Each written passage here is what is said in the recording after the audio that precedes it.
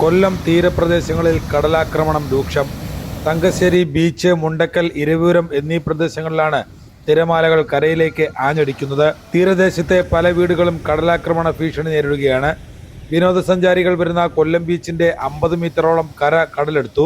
ബീച്ചിലെത്തുന്നവർക്ക് ഇരിക്കുവാൻ നിർമ്മിച്ചിരുന്ന ഇരിപ്പിടങ്ങളും കൂറ്റൻ തിരമാലയിൽപ്പെട്ട് തകർന്നു. ബീച്ച് ഉൾപ്പെടെ കടലെടുക്കുന്നത് അറിഞ്ഞ് കൊല്ലം മേയർ AK ഹഫീസും കൗൺസിലർമാരും സ്ഥലം സന്ദർശിച്ചു. കടൽ പ്രക്ഷുബ്ധമായതിനാൽ സഞ്ചാരികൾ കടലിലേക്ക് ഇറങ്ങുന്നത് തടയാൻ കയർ കെട്ടിയിട്ടുണ്ട്. ബീച്ചിലെ മണൽപ്പരപ്പുകൾ തട്ടുകടക്കാർ കയ്യേറിയതിനാൽ ഇവിടെ എത്തുന്നവർക്ക് ഇരിക്കുവാൻ സ്ഥലമില്ലാത്ത അവസ്ഥയാണ്. അതിനാൽ ബീച്ചിലെ മണൽപ്പരപ്പിലുള്ള കച്ചവടം അടിയന്തരമായി ഒഴിപ്പിക്കുവാൻ മേയർ നിർദ്ദേശം നൽകി. ഒരാളുടെ പേരിൽ മറ്റ് പലരുമാണ് കൊല്ലം ബീച്ചിലെ മണൽപ്പരപ്പിൽ കച്ചവടം നടത്തുന്നത്. ബീച്ചിലെ അവശേഷിക്കുന്ന തീരപ്രദേശം സംരക്ഷിക്കുവാൻ മന്ത്രിമാരുമായി ചർച്ച ചെയ്ത് നടപടി സ്വീകരിക്കുമെന്ന് മേയർ AK ഹഫീസ് പറഞ്ഞു. ശരിക്കും ആകസ്മികമായിട്ടാണ് ഞാൻ ഈ ബീച്ചിൽ ഇപ്പോൾ ഇവിടെ എത്തിയത്. എനിക്ക് നേരത്തെ ഇങ്ങനെ ഒരു പെൺകുട്ടി ബീച്ച് സന്ദർശിക്കാൻ പരിപാടി ഉണ്ടായിരുന്നില്ല. ഇതിന് അടുത്ത കൂടെ ഇപ്പോൾ ഇങ്ങനെ കടൽ കയറിക്കൊണ്ടിരിക്കുന്നു എന്നൊരു വാർത്ത കിട്ടിയതിൻ്റെ അടിസ്ഥാനത്തിലാണ് എന്താണ് എന്നൊന്ന് നേരിൽ കാണാമെന്ന് വെച്ചാൽ അവിടെ എത്തിയത്. ഇത്രയും ഭയാനകമാണ് എന്നുള്ളത് ഇവിടെ കണ്ടതിന് ശേഷമാണ് മനസ്സിലാക്കുന്നത്.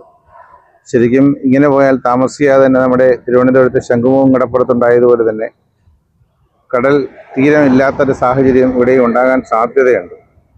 അതിനോടൊപ്പം ഇവിടെ കണ്ട മറ്റൊരു ദയനീയാവസ്ഥ എന്ന് പറയുന്നത് വൈകുന്നേരങ്ങളിലാകുമ്പോഴത്തേക്കും മനുഷ്യർക്ക് ഇരിക്കാൻ കഴിയാത്ത തരത്തിൽ സർവ്വ തട്ടുകച്ചവടക്കാരുടെയും പേരിൽ നിരവധി ആളുകൾ, ഇതെല്ലാം സ്പോൺസർഷിപ്പാണ്, ഒരേ ആളുകൾ തന്നെ പലരെയും ഇരുത്തിയിരിക്കുന്നു എന്നാണ് ഞാൻ മനസ്സിലാക്കുന്നത്. എന്തായാലും അടിയന്തര പ്രാധാന്യത്തോടെ ഈ ഓണത്തിന് മുമ്പ് എന്തായാലും ഈ മണൽപ്പരപ്പിൽ നിന്നുള്ള ആളുകൾ മുകളിലോട്ട് കയറണം, മണൽപ്പരപ്പിൽ കച്ചവടം അനുവദിക്കത്തില്ല എന്ന തീരുമാനമാണ് ഇപ്പം നമുക്ക് എടുക്കാനുള്ളത്. അതിന് വേണ്ടത് ഏറ്റവും പ്രധാനം എല്ലാ മാധ്യമങ്ങളുടെയും സഹായം, ജനങ്ങളുടെ സഹായം, ജനങ്ങളുടെ പിന്തുണ. ഇത് പലപ്പോഴും നമ്മൾ ഇത്തരം കാര്യങ്ങളിലേക്ക് തീരുമാനിക്കും, ഇത്തരം കാര്യങ്ങളിലേക്ക് മുന്നോട്ട് പോകുമ്പോൾ പല തരത്തിലുള്ള എതിർപ്പുകളാണ് നേരിടേണ്ടി വരുന്നത്. അതിന് വ്യത്യസ്തമായ ഭാഷകളും വ്യത്യസ്തമായ ശൈലികളുമാണ് പലരും ഇതിന് ഉപയോഗിക്കുന്നത്. ഇക്കാര്യത്തിൽ എല്ലാ രാഷ്ട്രീയത്തിന് അതീതമായിട്ട് കോർപ്പറേഷൻ കൗൺസിലിൽ ഈ വിഷയം ചർച്ച ചെയ്തപ്പോൾ എല്ലാ വിഭാഗവും ആളുകളും എല്ലാവരും ഒന്നുപോലെ ഇക്കാര്യത്തിൽ കോർപ്പറേഷൻ എടുക്കുന്ന തീരുമാനത്തിനോടൊപ്പം തന്നെയാണ് എന്നാണ് തീരുമാനിച്ചിട്ടുള്ളത്. അതുകൊണ്ട് തന്നെ ഇനി കുറച്ച് ദിവസങ്ങളാണ് നമ്മുടെ മുന്നിൽ ഓണവുമായി ബന്ധപ്പെട്ട് നിൽക്കുന്ന അവധി ദിവസങ്ങൾ. ഓണാഘോഷത്തോടനുബന്ധിച്ചുണ്ടാകുന്ന വലിയ പരിപാടികളെക്കുറിച്ചും കോർപ്പറേഷൻ ആലോചിക്കുന്നുണ്ട്. അതിനോടൊപ്പം തന്നെ ഈ തീരപ്രദേശത്ത് അവശേഷിക്കുന്ന തീരമെങ്കിലും സംരക്ഷിക്കാൻ എങ്ങനെ കഴിയും എന്നുള്ളതിനെക്കുറിച്ച് മന്ത്രിമാരുമായും അതുപോലെ തന്നെ നമുക്ക് ബന്ധപ്പെട്ട MLA മാരുമായിട്ടൊക്കെ ചർച്ച ചെയ്യണമെന്നാണ് ആലോചിക്കുന്നത്. ഇതിങ്ങനെ നീങ്ങിപ്പോവുകയാണെങ്കിൽ കടല് മുഴുവൻ കരയും എടുത്തു പോകുന്ന, കടൽ ശരിക്കും ഇരിക്കാൻ മണൽപ്പരപ്പില്ലാത്തൊരു സാഹചര്യത്തിലേക്ക് പോകാനാണ് സാധ്യത എന്നാണ് എനിക്ക് തോന്നുന്നത്. അത്രത്തോളം കടൽ കയറിക്കൊണ്ടിരിക്കുക, ഓരോ ദിവസം കഴിയും തോറും കര കാർന്നു നിന്നുകൊണ്ടിരിക്കുന്ന ഒരു സാഹചര്യമാണ് ഇവിടെ ഉള്ളത്. അപ്പം ഇതെങ്ങനെ നിലനിർത്താൻ കഴിയും എന്നുള്ളതിനെക്കുറിച്ച് വളരെ വിശദമായ, വളരെ ശാസ്ത്രീയമായ ആലോചനയും ചർച്ചയും പരീക്ഷണങ്ങളും ഒക്കെ ഇക്കാര്യത്തിൽ വേണം എന്നാണ് എനിക്ക് തോന്നുന്നത്. എത്രയും പെട്ടെന്ന് തന്നെ സ്വാഭാവികമായിട്ട് അടിയന്തര പ്രാധാന്യത്തോടുള്ള വിഷയമാണിത്.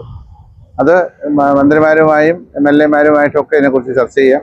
കൊല്ലത്ത് തന്നെ ഭാഗ്യവശാൽ 3 മന്ത്രിമാർ ഈ കൊല്ലം ജില്ലയിൽ തന്നെയുണ്ട്. പ്രത്യേകിച്ച് നഗരപ്രദേശത്ത് തന്നെ 3 MLA മാരുണ്ട്. ആ 3 MLA മാരുമായും ഇരവിപുരം MLA ഒക്കെ നമ്മളോടൊപ്പം ഇക്കാര്യത്തിൽ സഹകരിക്കും. കോർപ്പറേഷനും കൂടെ ചേർന്ന് നിന്ന് എന്തൊക്കെ ചെയ്യാൻ കഴിയും. തീരപ്രദേശം എന്ന് മാത്രമല്ല, കൊല്ലത്തെ ബീച്ച് എന്ന് പറയുന്നത് കൊല്ലം നഗരത്തിന് എപ്പോഴും അഭിമാനകരമായി ഈ ജില്ലയുടെ എല്ലാ ഭാഗത്തു നിന്നുള്ള ആളുകൾക്ക് വൈകുന്നേരങ്ങളിൽ ഒത്തുകൂടാൻ കഴിയുന്ന ഒരു പ്രദേശമാണ്.